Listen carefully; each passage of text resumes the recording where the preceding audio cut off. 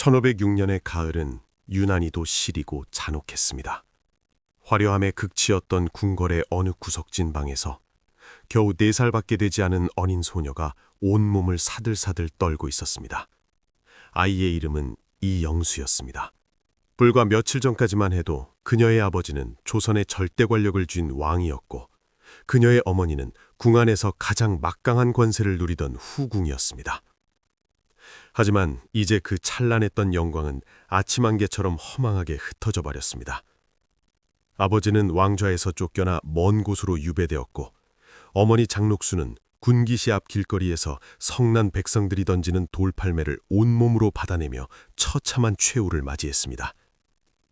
4살배기 어린 영수는 도저히 이해할 수 없었습니다. 왜 어제까지 자신을 공주라 부르며 고개를 숙이던 사람들이 오늘은 자신을 죽일 듯이 노려보는지, 왜 따뜻했던 부모님의 품이 한순간에 차가운 바람으로 변해버렸는지 알 길이 없었습니다. 하지만 이 아이는 훗날 자신이 조선 역사상 그 누구보다도 비극적이고 드라마틱한 삶을 살아가게 될 운명임을 꿈에도 알지 못했습니다. 연산군과 장록수의 유일한 혈육인 이영수. 그녀는 조선에서 가장 큰 사랑을 받던 왕녀에서 하루아침에 대역죄인의 딸이라는 낙인이 찍힌 채 버려졌습니다. 과연 이 가냘픈 어린아이는 도끼서린 세상의 풍파 속에서 어떻게 목숨을 부지할 수 있었을까요? 그 모진 세월의 파도를 어떤 마음으로 견뎌냈을까요? 오늘은 그동안 역사의 그늘에 가려져 누구도 깊이 들여다보지 않았던 여인, 장록수의 딸 이영수의 숨겨진 발자취를 따라가 보려 합니다. 기록에 따르면 1502년 겨울, 차가운 눈바람이 휘몰아치던 궁궐에 우렁찬 아기의 울음소리가 울려 퍼졌습니다. 연산군이 그토록 총애하던 여인 장록수가 마침내 딸을 낳은 것이었습니다. 이미 정비 신씨와의 사이에서 여러 자녀를 두었던 연산군이었지만 마음을 다해 아끼던 녹수가 낳은 이 딸은 그에게 매우 특별한 존재였습니다. 왕은 아이의 이름을 영수라고 지어주었습니다. 영원히 오래도록 건강하게 살라는 간절한 염원이 담긴 이름이었습니다. 복군으로 악명이 높았던 연산군이었지만 이 작은 딸 앞에서만큼은 무장 해제된 채 한없이 다정하고 따뜻한 아버지의 모습을 보였습니다. 실록의 기록을 살펴보면 연산군이 영수를 유난히 아끼고 사랑했다는 구절이 명확히 남아 있습니다. 연산군 일기에는 왕이 녹수를 지극히 총애하여 딸 하나를 얻었는데 이름을 영수라 하였고 왕이 이를 매우 사랑하였다는 기록이 존재합니다. 비정한 정치의 세계에서 칼날을 휘두르던 왕도 자신의 피를 나눈 막내딸의 미소 앞에서는 그저 평범한 아버지였던 모양입니다. 영수는 과연 어떤 재능을 타고난 아이였을까요? 어머니 장록수는 예술적 감각이 뛰어나 노래와 춤에 천재적이었고 사람의 마음을 꿰뚫어보는 통찰력이 있었습니다. 아버지 연산군은 문학적 소양이 깊어 시를 짓는 능력이 탁월했습니다. 이런 두 사람의 기질을 이어받은 영수 역시 분명 남다른 재능과 영민함을 가졌을 것입니다. 하지만 그녀에게 그 재능을 마음껏 꽃피울 평화로운 시간은 허락되지 않았습니다. 1503년 영수의 어머니 장록수는 수건에 이어 수경의 품계에 오르며 그 권세가 하늘을 찔렀습니다. 이는 연산군의 총애가 얼마나 절대적이었는지를 단적으로 보여주는 대목입니다. 영수는 어머니의 치맛자락을 붙잡고 궁궐의 눈부신 화려함 속에서 자라났습니다. 온갖 진귀한 산해진미와 부드러운 비단옷과 궁중의 장인들이 만든 귀한 장난감들까지 왕녀로서 누릴 수 있는 모든 풍요를 마음껏 누렸습니다. 하지만 궁궐 담장 밖의 세상은 영수가 보는 화려함과는 정반대로 점점 어둠 속으로 침잠하고 있었습니다. 연산군의 폭정은 갈수록 잔인해졌고 고통받는 백성들의 원성은 하늘에 닿을 듯 높아져만 갔습니다. 사람들에게 어머니 장록수는 그 가혹한 폭정의 상징이자 나라의 고혈을 짜내는 원흉으로 각인되었습니다.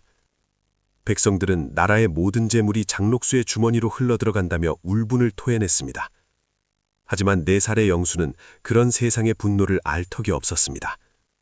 그저 자신이 세상에서 가장 강한 아버지와 가장 아름다운 어머니의 사랑을 받는 행복한 공주라고만 굳게 믿고 있었을 뿐입니다. 그러던 1506년 9월 2일 새벽, 평온했던 영수의 세상은 순식간에 뒤집혔습니다. 박완종, 성희안, 유순정 등이 군사를 일으켜 궁궐을 포위한 것입니다. 이것이 바로 역사의 물줄기를 바꾼 중종 반정이었습니다. 궁궐은 눈 깜짝하는 사이에 반정군에게 점령됐고 연산군은 왕의 자리에서 끌려 내려와 유백기를 올랐습니다. 그리고 영수의 든든한 버팀목이었던 어머니 장록수는 비참하게 붙잡혔습니다. 그날 군기시 앞에서 벌어진 광경은 차마 눈뜨고 볼 수 없을 만큼 처참했습니다. 장록수와 다른 후궁들은 성난 군중들이 지켜보는 가운데 참수를 당했습니다. 분노에 휩싸인 사람들은 이미 숨이 끊어진 그녀들의 시신에 돌을 던지고 침을 뱉으며 입에 담지 못할 욕설을 퍼부었습니다. 일국의 재물과 고혈이 모두 이곳으로 빨려 들어갔다며 울부짖는 사람들의 광기는 멈출 줄 몰랐습니다. 다행히 그 지옥 같은 현장에 4살 영수는 없었습니다. 하지만 궁궐 구석 어딘가에 숨어있던 아이는 멀리서 들려오는 함성 소리와 누군가의 귀띔을 통해 어머니가 죽었다는 사실을 본능적으로 감지했을 것입니다. 한편 연산군의 아들들은 더욱 비극적인 운명을 맞았습니다. 폐세자 이황과 창녕대군은 왕위를 계승할 수 있는 혈통이라는 이유만으로 반정군의 칼날을 피하지 못했습니다. 반정이 일어난 지 불과 3주 만에 어린 왕자들은 사사되었습니다. 오직 왕의 아들이라는 이유만으로 그 어린 생명들이 가차없이 사라진 것입니다. 하지만 영수는 딸이었기에 왕위 계승권이 없다는 이유로 겨우 목숨을 건질 수 있었습니다. 하지만 홀로 살아남은 것이 과연 축복이었을까요? 아니면 더 큰 저주의 시작이었을까요? 아버지는 쫓겨나고 어머니와 오빠들은 모두 죽임을 당한 상황에서 세상에 덩그러니 남겨진 4살 소녀의 심정은 어떠했을지 짐작조차 되지 않습니다. 실록은 권력자들의 기록일 뿐 홀로 남겨진 아이가 흘린 눈물에 대해서는 한 줄의 문장도 허하지 않았습니다. 궁궐에서 쫓겨난 영수는 어디로 향했을까요? 기록은 없지만 아마도 장록수의 친척이나 과거 그녀를 따르던 측근 중 누군가가 몰래 아이를 거두었을 가능성이 큽니다. 상상해 보십시오. 어제까지만 해도 온 나라가 벗다불던 공주였던 아이가 하루아침에 나라를 망친 역적의 딸로 전락해 거리를 헤매는 모습을. 사람들은 영수를 발견할 때마다 손가락질을 하며 비아냥거렸을 것입니다. 저 아이가 바로 그 요물 장록수의 핏줄이라고, 저 아이 때문에 우리 가족이 굶주렸다고 소리쳤을지도 모릅니다. 영수는 너무나 이른 나이에 자신이 전부였던 부모와 형제, 그리고 사회적 신분과 안전이라는 최소한의 울타리를 모두 잃어버렸습니다. 무엇보다 한 아이고서 누려야 할 평범한 유년의 행복을 송두리째 박탈당했습니다. 4살 아이가 감당하기에는 현실의 무게가 너무나 가혹하고 무거웠습니다. 하지만 놀라운 사실은 이 모진 핍박 속에서도 영수가 죽지 않고 끈질기게 생존했다는 점입니다. 누군가 목숨을 걸고 이 가련한 아이를 세상의 칼날로부터 지켜준 것입니다. 과연 그 수호자는 누구였을까요? 정확한 사료는 부족하지만 몇 가지 실마리가 존재합니다.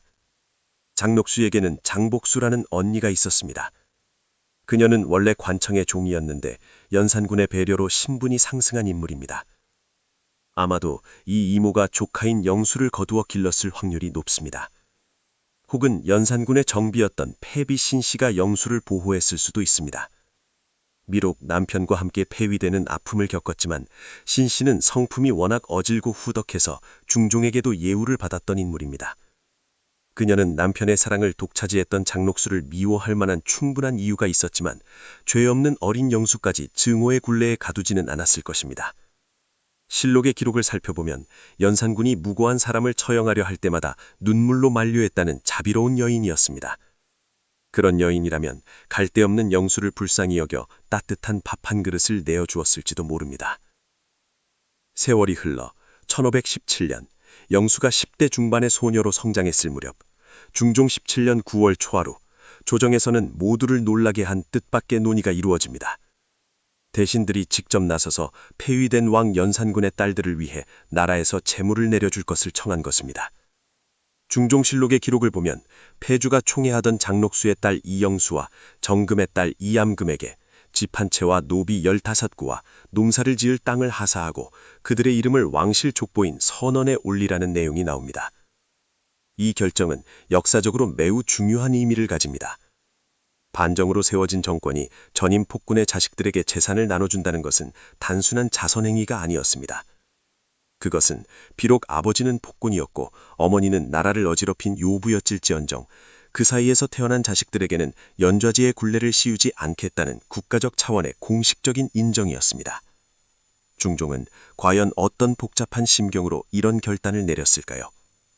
아마도 그 역시 자신의 이복형인 연산군의 자식들이 세상의 멸시와 천대를 받으며 얼마나 비참하게 연명하고 있는지 익히 알고 있었을 것입니다. 중종은 냉철한 정치인이지만 연민의 마음을 가진 인간이기도 했습니다. 그는 영수에게 최소한의 생계를 유지할 수 있는 기반을 마련해 주었습니다. 집 한 채와 노비 15명과 땅은 오늘날의 가치로 환산하면 아주 넉넉한 부유함은 아닐지라도 최소한 남에게 구걸하지 않고 품위를 지키며 살 수 있는 수준이었습니다. 무엇보다 큰 선물은 그녀를 선원에